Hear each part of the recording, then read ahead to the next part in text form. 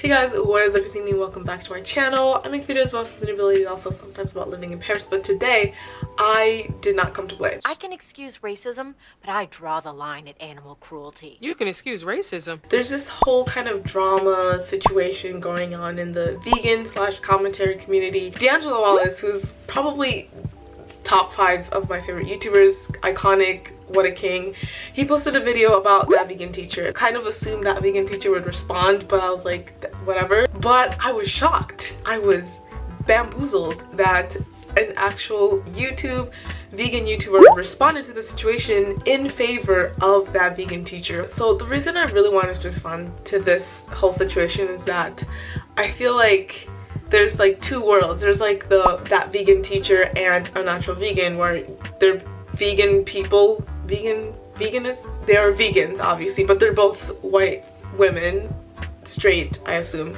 And then there's the other side of the coin where you have D'Angelo Wallace, and he is not vegan, but he is black. So he was kind of coming at it from a point of the racism. That was kind of what he had an issue with. And then we have me, a black queer person, who I kind of have stakes on both sides because I'm plant-based and I'm also part of the communities being dragged, or that's not a good word, being disrespected in the situation. So I thought my opinion kind of would be good. I just want to share my opinion. Not that I'm disqualifying people who aren't in any of these communities. I just think it is important to hear the opinion of the people who are most affected by these kinds of issues, i.e. racism, homophobia, and vegan phobia. I'll get into that when we start the video. And basically the way I'm going to be organizing this video is I took clips from Unnatural Vegan that I found the most problematic, or the ones that I really wanted to comment on,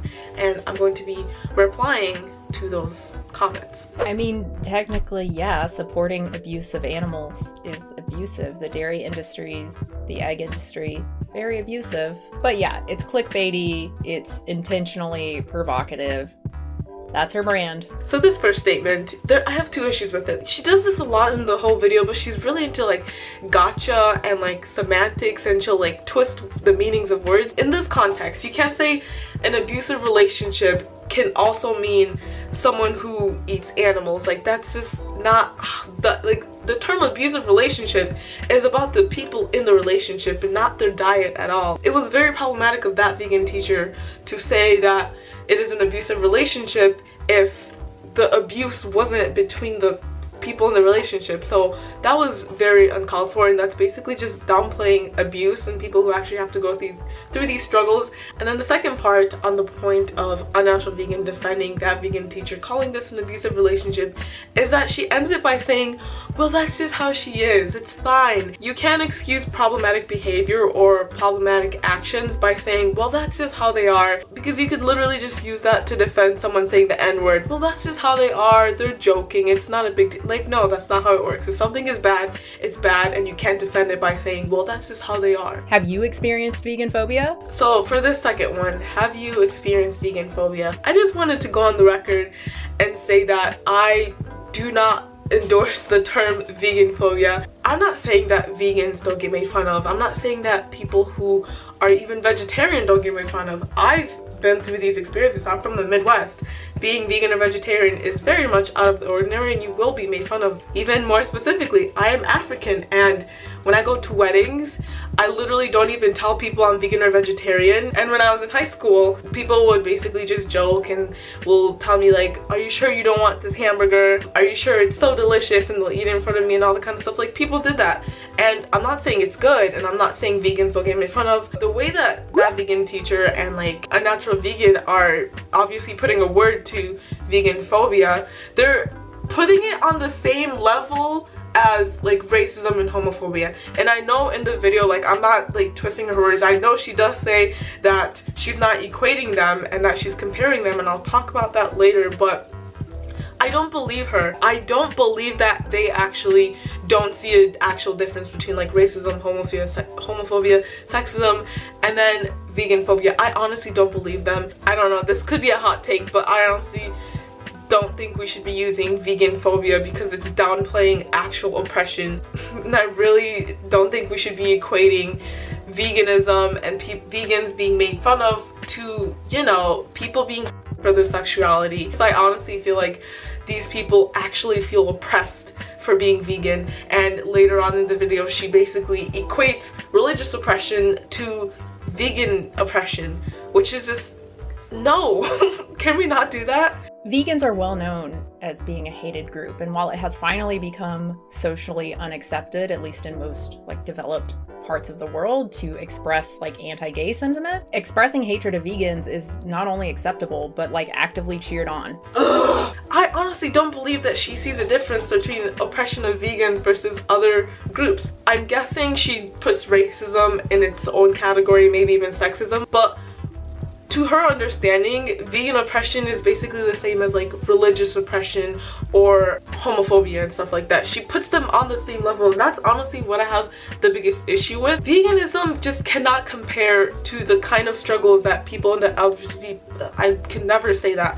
I literally can never say LGBTQ. I just can't. Veganism just cannot compare to the struggle that queer people have to face in America and the rest of the world, frankly. So in her statement, she's basically saying that how come we're, at least in the Western world, we're over making fun of queer people, which we're not. It still happens, but she's like, well, it's not okay to be homophobic anymore, but why is it okay to make fun of vegans? When she says this, this is where I get the understanding that she puts them in the same category. Making fun of someone for being gay is not the same as making fun of someone for being vegan. No one's going to for being vegan. No one's going to put you in jail for being vegan. You're not gonna lose your job because you're vegan. So yes, vegans are a community that gets hated on a lot, gets made fun of a lot, but you know what, so is Republicans. Like, we're not gonna sit here and say that someone making fun of me and calling me a snowflake is the same as someone calling me the F slur. Like, it's not the same thing, and I just hate that she's equating the two even a little bit. Some people are just looking for oppression, and I don't understand it. Having that orientation isn't a choice, but obviously being in a gay relationship is a choice. Even the most conservative evangelical out there will acknowledge that humans have desires, and sometimes they're homosexual ones, and they'll say to repress it and marry a woman anyway. Let's talk about this for a second. She's saying that being gay is not a choice. Like, having an attraction to the same gender is not a choice. So she agrees there, and then she further clarifies that you being gay and deciding to be in a same-sex relationship, that's a choice. But that makes no sense. That's like saying being a Christian is not a choice, but practicing Christianity is a choice. Having teeth isn't a choice, but you choose to brush your teeth. Being hungry isn't a choice, but you choose to eat. Being tired is not a choice, but falling asleep is a choice. You know, having bad eyes isn't a choice, but you don't have to wear glasses. You really don't have to. You can just walk around blind. Do you see how stupid this sentence is? Like, and I think she further clarifies that she doesn't believe this and that she's just basically platforming homophobes.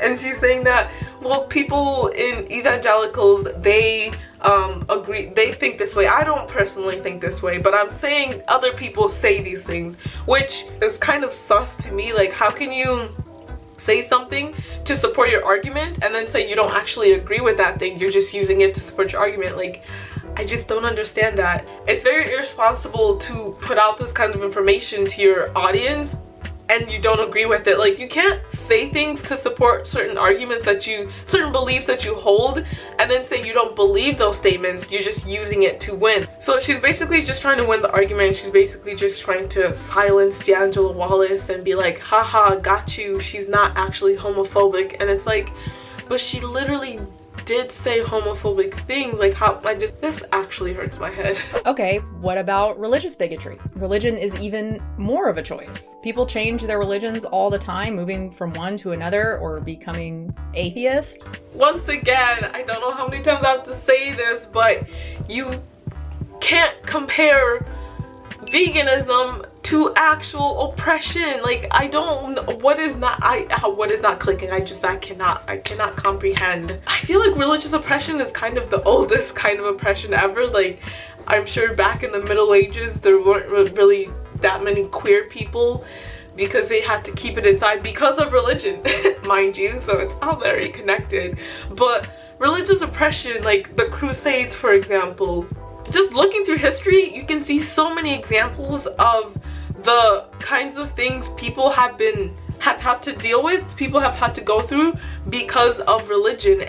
Point me to a situation where someone was detained at the airport because they were vegan. If you actually wanted to make a one-to-one comparison, if you wanted to make a closer comparison, you could say maybe veganism can be compared to your political ideology. Your political ideology, I'd say, is similar to veganism. It's kind of grounded in your morality and your spirituality even sometimes, because a lot of evangelicals are literally only Republican because they're Christian, which you can kind of make a comparison between veganism and your political ideology. Both groups get made fun of, like people make fun of Republicans, for example.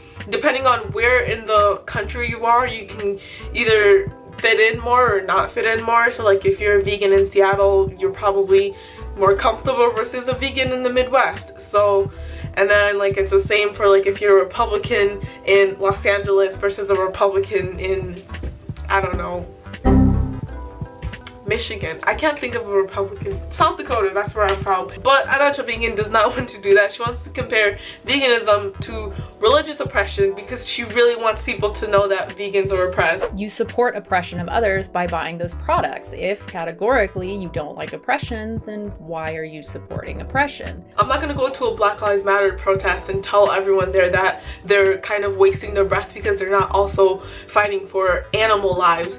Funny thing too is that Unnatural Vegan in the summertime when the Black Lives Matter protests were happening got mad because people were saying she needed to be fighting for Black Lives Matter, and she said, well, I'm over here in my vegan world, I don't have to fight for Black Lives Matter if I don't want to. And now she's saying black people also have to fight for animal liberation because otherwise their activism doesn't mean anything if they're also oppressing chickens. Like, you cannot say someone is selfish for coming out. You are saying to most people that someone is bad for coming out. Again, I don't think that's the way she's using selfish, going by everything that she said, and obviously she supports gay rights, so that wouldn't really make sense. Okay, so in this part of the video, I'm just, once again, she's excusing the homophobia.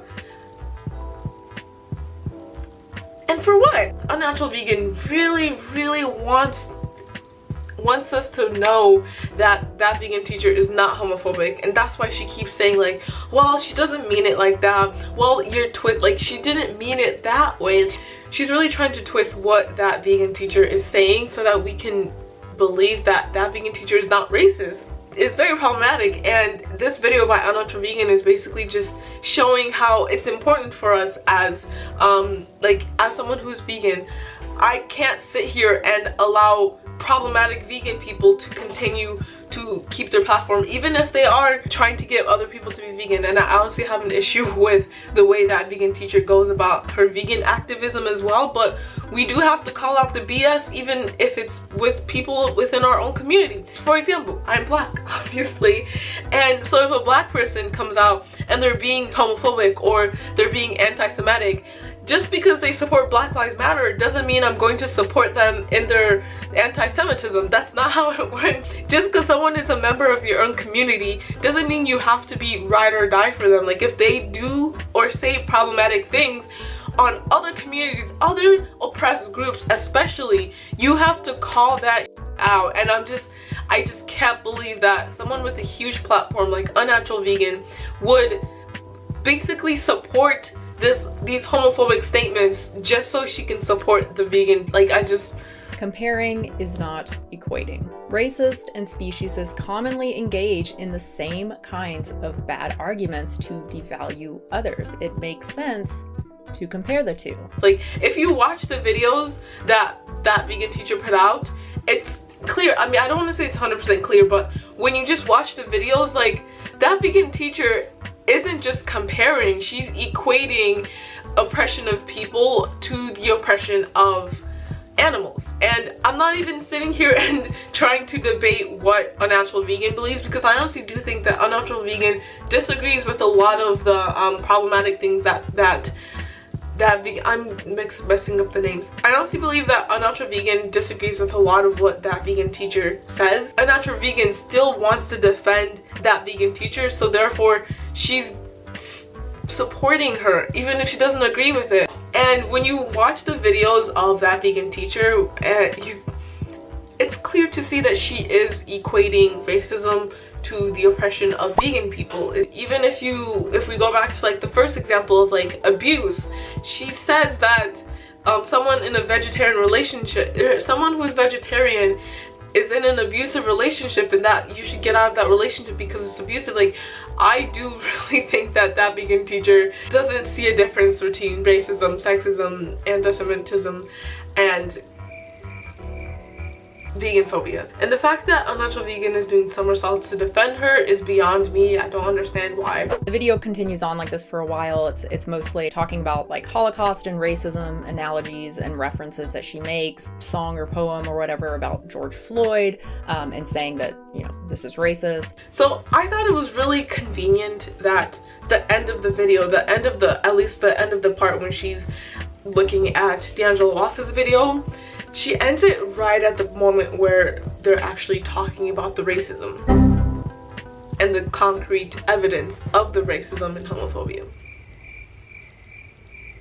It's really convenient, isn't it? She kind of wipes it away. She's like, well, in this part of the video, like, he just goes on and on about racism and blah blah blah, like as if it's nothing. So final thoughts as someone who is black, queer, and vegan: F tier, S tier, I think it is. Just no. I just cannot comprehend how people like her, can we just add, like, I know people hate when you bring up race in situations like this, but it is very important when you understand intersectionality that they're both, that vegan teacher and unnatural vegan, they're cis, straight, and white. They're sitting here and basically excusing racism and homophobia and actual oppression because they as vegans also experience oppression. In what universe? Like, imagine, like, only white women. Before people take me out of context, like, there's a lot of white women who are vegan that I love watching. I'm not racist. I watch white women who are vegan.